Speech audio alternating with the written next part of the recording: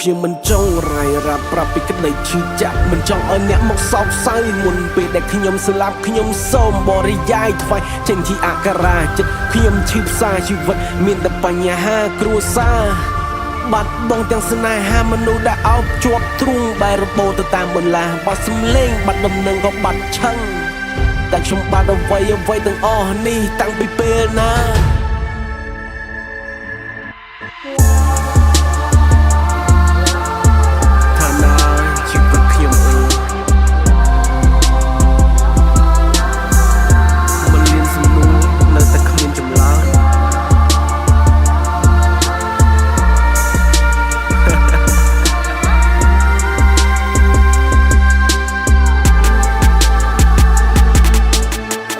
មានក្តីស្រមៃជាមួយនឹងសិល្បៈគេប្រាគុណចៅថាកុំមកចិត្តនាំខ្លាយប្រឡាក់គេវិតម្លៃថាខ្ញុំមិនល្អ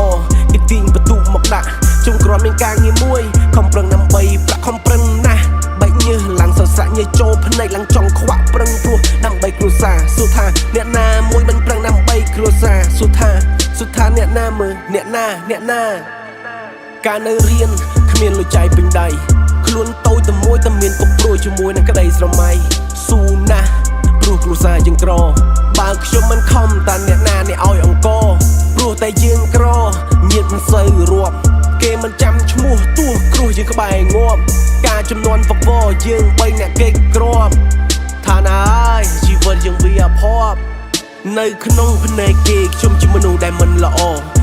ឬមិនល្អកាចេញពីមានហើយនឹងក្រជីវភាពយើងអត់យើងខ្សត់ពីបាក់តមានតែខំចិត្តខំស្មើឲ្យខំថ្ម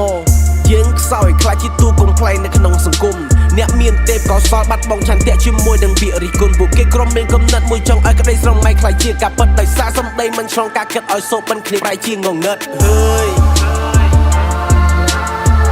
មកជុំបាត់មាន10ឆ្នាំប្រមាណ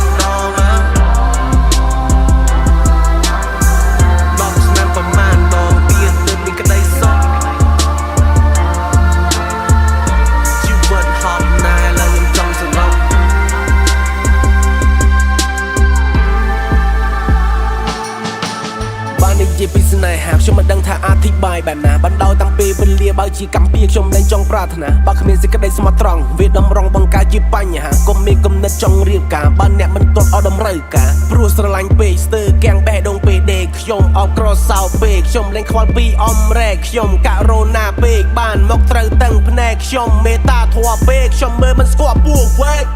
ជាកូនប្រុសស៊ូស្រក់ឈាមតែមិនស្រក់ទឹកភ្នែកខ្ញុំទូលភ្នំបើនោះគឺជាអំរែកធ្លាក់ដល់ដីក៏ត្រូវងាកមកជាថ្មីបញ្ហាមួយលៀនចំពុកស៊ូអត់ធ្មត់ចិត្តត្រូវខឹងតែខ្ញុំអាណិតគេចោលអ្នកណាអាណិតខ្ញុំខ្វល់ពីអារម្មណ៍គេចោលអ្នកណាខ្វល់ពីខ្ញុំបារម្ភពីសុខទុក្ខគេចោលអ្នកណាបារម្ភពីខ្ញុំតែងតែជួយគេចោលអ្នកណាមកជួយខ្ញុំកុំវាតម្លៃមនុស្សទៅតាមការងារកុំវាតម្លៃមនុស្សទៅតាមចិត្តមួយគ្រាមានតែទ្រឹស្ដីតែអត្តន័យដូចមនុស្សអវិជ្ជាស្រស់ស្អាតប៉ុណ្ណាក៏វិវត្តទៅជាចាស់ជរាតែអ្នកយល់ខ្ញុំនិយាយទេខ្ញុំអធិប្បាយខ្វះមែនទេជីវិតមិនក្រាលដោយទន្លេធ្វើតាមក្តីសម័យខំមែនទេ